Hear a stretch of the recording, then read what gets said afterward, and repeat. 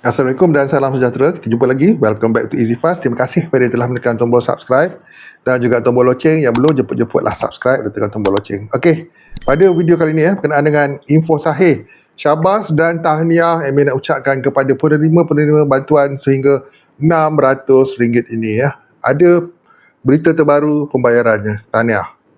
Okey, jadi bagi para penerima bantuan sehingga RM600 ini ya, untuk fasa yang kedua, syabas dan tahniah yang nak ucapkan. Okey, info yang terkini sekitar 2 jam lalu yang telah pun dikeluarkan oleh Sekretariat Sabah Maju Jaya. Okey, agihan bantuan program Satuan Kasih Rakyat ataupun syukur pada fasa 2 tahun 2026.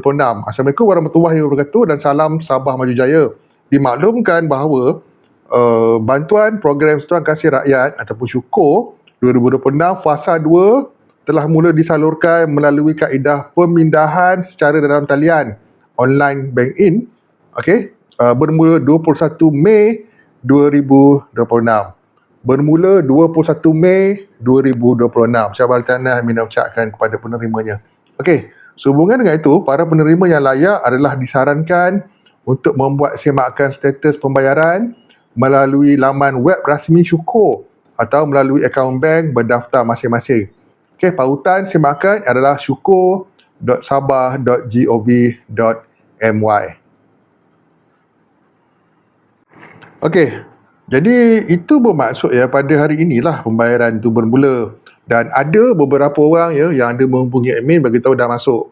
Okey, pada mulanya admin tak percaya lagi sebab tak ada info yang keluar. Okey, tapi baru saja sekitar 2 jam yang lalu ada posting yang memaklumkan ia bermula hari ini ya, 21 hari bulan secara online banking. Okey, yang mana pengkreditan ke dalam akaun bank saja yang bermula pada hari ini 21 hari bulan. Okey, manakala untuk ambilan secara di kaunter, okey, itu akan dimaklumkan pada suatu ketetapan tarikh yang lain. Okey, itu akan dimaklumkan kemudianlah tentang pengambilan di daerah-daerah dan semuanya. Okey, tapi pengkreditan terus ke dalam akaun bank dah bermula pada hari ini. Okey, info ni sahih.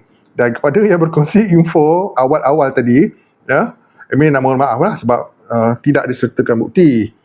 Dan selepas disemak, okey, memang benarlah ada. Ya, jadi syabas dan tahniah kepada penerima-penerima bantuan program Satuan Kasih Rakyat Negeri Sabah atau kita panggil syukur ni. Sahih, telah pun bermula. Hari ini hari permulaannya dan ia akan dibayar sehingga selesai. Ya, insya-Allah menjelang hari raya nanti ramai yang dapatlah yang pengkreditan ke dalam akaun bank ni. Kita jumpa lagi. Semoga video. Assalamualaikum, salam sejahtera, salam hormat. Bye bye. Syabas dan tahniah.